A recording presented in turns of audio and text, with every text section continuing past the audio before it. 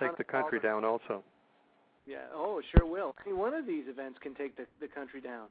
That's right. Let alone a whole culmination of these events. But the lines are lighting up here, so I'm going to let some callers in. Area code 936, you're on the show. Hey, I just want to say hi to Henning. This is YouTube handle Cyrus10, or Cyrus10. I'm going to quote why people are waking up to this, and I'm going to quote Eustace Mullins when he was interviewed when they asked him, well, why don't the American people object? And he said, because they've been on sodium fluoride all their lives, they won't object to anything. I think that's the reason why. You're probably right. Henning, you got anything to say to that? Can you hear me? Yes, I can hear you. Yeah, I can hear you. Okay. I had to go over on the mobile again because the landline was running out of battery. Well, yeah, the fluoride was proven by the Russian in the gulags to make people more docile and more manageable. And we also have to look about what kind of stuff which they're putting in our food. So, yeah, we, as I think it was John saying, is that the American people are being neutered through food, through big pharma, and also through our water table. So people today are kind of pacified, and now they're also scared because we have this so-called Patriot Act, which were implemented after 9/11, and now people don't dare do anything in fear of being looked upon as being a terrorist, and they can be detained indefinitely under false charges.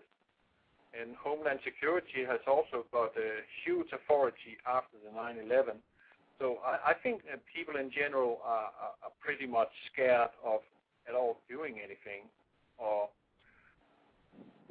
I don't think that people are going to be able to stop it because people fail to realize that it's a messianic Talmudic group that runs America, and of course a lot of people out there know who they are. They can't rebel against that, and I mean, and that knucklehead Alex Jones, he's not reporting on it, so I don't know, on anything in the Gulf. So I don't know. Anyhow, I just wanted to say that and say hi to AC and everybody over there. I'm listening to you. We're out in Texas, and it's been hot outside, so. Boy, don't we know it, huh?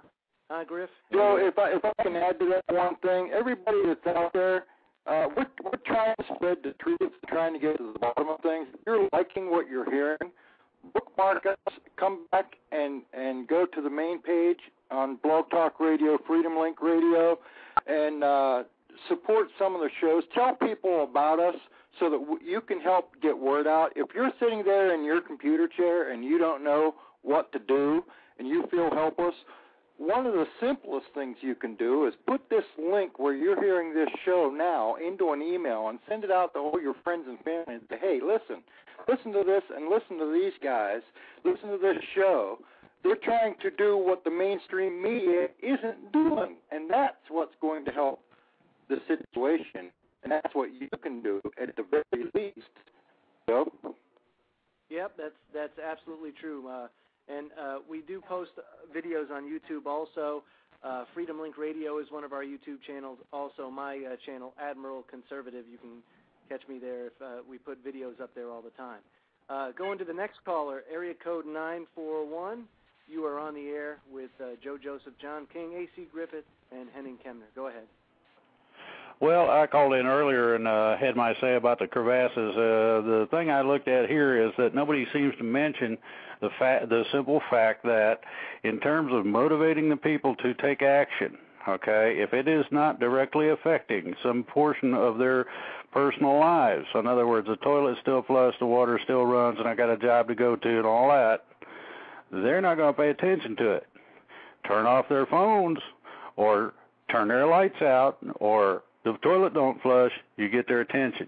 And until people start having something that is commonality to what's going on, you're not going to get the uprising or overreaction or any of that. And it's like the frog. Put him in cool water and turn the heat up, and all of a sudden he gets cooked and didn't see it coming, and that's the program. So, that's what, as well, why they're not saying, you need to evacuate. I mean, they're not. These people are not stupid. They're brilliant, and this plan's been in place since before Christ was around. So, some of these guys, if there was something I knew to do, I would be doing it. I also, as you suggested, I put out the links to, hey, listen to this, that sort of thing. So. You definitely will get a link out of me, but the thing is that the apathetics are basically ruling right now. Until that changes, whether that's everybody getting taxed too much or the government overreacting in some way, you're not going to get the, quote, overall people's change that everybody's looking to come up with. And that's, from what I'm saying, that's just how it is. You're absolutely right. The notion of sacrifice is not there. They don't see the situation and think, this is affecting me. This isn't affecting me. If it doesn't take their football or Budweiser away, forget it. It's not a bother to them. And you're absolutely right. You're absolutely right. And I thank you for the call. I got to keep moving to different callers. Next caller is area code 732. You're on the air. Yeah, hi. Couple comments. One, I know you guys have been talking about the weather weapons and how that might be used to prevent hurricanes from hitting the Gulf. I'm up here in the Northeast, and we've had extremely stagnant weather for about a month and a half, almost every day, really hot, almost no rainfall for a month and a half, and it just seems like, if they're firing up something to keep weather consistent in the Gulf, do you think it's keeping other weather patterns in check in other parts of the country? That's my first question. It could be. And, Griff, you and I can both relate to this. I mean, much like the Northeast, we're going through a hellacious hot streak. As a matter of fact, down here, Southern Virginia, Northern North Carolina, the corn crops are all but decimated because of the lack of rain, which is very unusual for this region. I mean, it's the Great Dismal Swamp, for goodness sake, and coupled with the tremendous heat. Can you speak to his question? Yes, generally I could say that that phenomena does occur when you're trying to manipulate weather and for instance keep the hurricanes out of the Gulf. You set off reactions on the landmass and weather pressure zones. It's pretty much done with pressure zones, and it causes the weather to stagnate and so on. So you're right in that. I'm in Richmond, and Joe is down to my southeast in North Carolina, not too terribly far apart. It's been brutal here. It's 111 degrees yesterday and about that today. It is so bad outside, and the aerosols continue from the chemtrails. So you have lethal heavy metals coming down on your head, and you can hardly breathe. Everybody is wheezing. They have respiratory problems. People are dying, and nobody's making the connections, and the EPA will not look at it. You can look at any aspect of the government, and they're sitting on their butts, taking our money, penalizing us, dictating to us, threatening to put us in jail, while they're doing things that cause deaths in the population, like the Gulf. It's almost to the point where you have nothing to lose if you stand up. It's been done before. People have grabbed their guns before. In the Revolutionary War, that happened, and certainly in the War of Northern Aggression in 1861, there were a lot of people shooting at each other, and the reasons are the same. The reasons are the same.